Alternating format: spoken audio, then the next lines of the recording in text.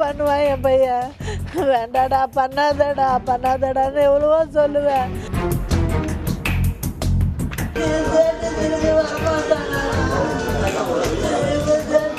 திருப்பி நான் உடனே நிற்க வைப்பேன், இல்லாட்டி நான் நிற்பேன், நான் சாதிச்சு காட்டுவேன்.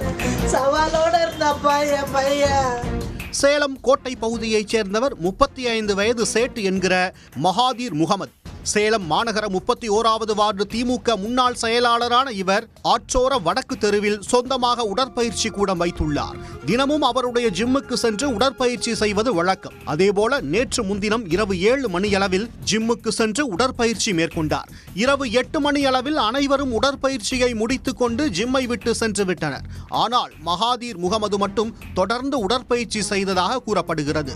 அதன் பின்னர் ஜிம்மில் நீராவி குளியல் மேற்கொள்ள சென்றவர் அதிக நேரமாக வெளியே வரவில்லை. அதனால் அவருடைய கார் டிரைவர் முஸ்தபா ஜிம்முக்குள் சென்று பார்த்துள்ளார். ஆனால் அங்கு இல்லாததால் குளியலறைக்கு சென்று பார்த்தபோது அங்கு உள்புறமாக தாளிடப்பட்டிருப்பது தெரிய வந்தது. இதனால் குளித்துக் கொண்டிருப்பார் என நினைத்து சிறிது நேரம் காத்திருந்துள்ளார். நீண்ட நேரமாகியும் எவ்வித சத்தமும் கேட்காததால் சந்தேகமடைந்த முஸ்தபா குளியலறையை உடைத்து உள்ளே சென்று பார்த்தபோது காதில் ரத்தம் வழிந்த நிலையில் மகாதீர் முகமது பேச்சு மூச்சு இல்லாமல் அசைவற்ற நிலையில் தரையில் கிடந்ததை கண்டு அதிர்ந்தார். உடனே அருகிலிருந்தவர்கள் உதவியுடன் அவரை மீட்டு அருகிலுள்ள சேலம் அரசு மருத்துவமனைக்கு கொண்டு சென்றனர்.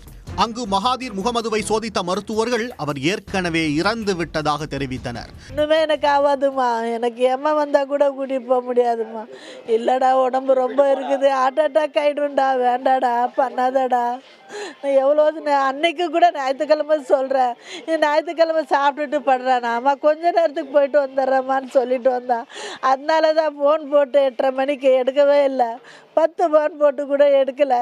சந்தேகமாக தான் நான் வந்து பார்த்தேன். பையனை கூப்பிட்டு வந்து கதவு லாக் பண்ணியிருக்குது, செருப்பு வெளியே இருக்குது. சரி உடடான்னு உடைச்சி தான் பார்த்தாக்கா உள்ள அப்படியே மயங்கி கிடக்குறான்ப்பா.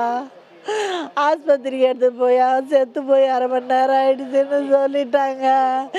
ஏன் இந்த ஹார்ட் அட்டாக் ஆகிடுச்சு, ஹெவியாக ஒர்க் பண்ணல, பிபி இருக்குது அவனுக்கு, அதே அடங்கிடுச்சுப்பா, வேற ஒன்றும் ஆகலப்பா. மகாதீர் முகமது இறப்பு குறித்து போலீசார் வழக்கு பதிவு செய்து விசாரணை நடத்தினர். உடற்பயிற்சி கூடத்தில் உள்ள கேமரா பதிவுகளை ஆய்வு செய்தனர். அப்போது அதிக நேரம் உடற்பயிற்சி செய்ததால் மயங்கி விழுந்து இறந்திருப்பது தெரிய வந்துள்ளது.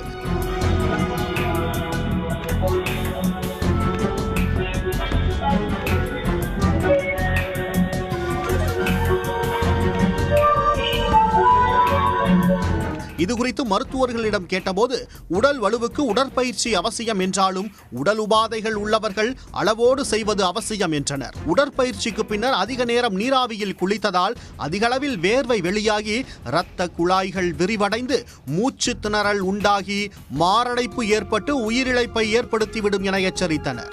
நீராவி குளியல் எடுக்கும் போதே, அதாவது ஸ்வானான்னு சொல்கிற இந்த ரூம்குள்ளே போகும்போதே அது வந்து ஹாட் ஏர் ஆர் ட்ரை ஏர் தான் வந்து ப்ரொஜெக்ட் பண்ணணும் நம்ம. ஸோ அதனால் டீஹைட்ரேஷன், அதாவது நிறைய வேர்வை வரும். ஸோ அதனால் வெயிட் லாஸ் பண்ணலாம்.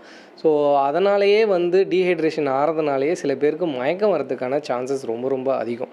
செகண்ட் பார்த்திங்கன்னா ஆல்ரெடி ப்ரீ எக்ஸிஸ்டிங் கண்டிஷன், யாருக்காவது பிபி, சுகரு ப்ளஸ் வந்து ஹார்ட் ப்ராப்ளம்லாம் இருந்தது அப்படின்னா இந்த மாதிரி நீராவி ரூம்குள்ளே போகும்போது கொஞ்சம் கேர்ஃபுல்லாக 10 to 15 மினிட்ஸ் தான் இருக்கும். ரொம்ப ப்ரொலாங்டாக இருந்தாங்க அப்படின்னா டீஹைட்ரேஷன் ஆகலையும் டெம்பரேச்சர் ஃப்ளக்சுவேஷன் நடக்கும். திடீர்னு ரூம் டெம்பரேச்சர் வந்து ரொம்ப ஹை டெம்பரேச்சர் திருப்பி கோல்டாக போகும்போதும் பிபி வேரியேஷன் ஆகிறதுனால சான்சஸ் ரொம்ப இருக்குது.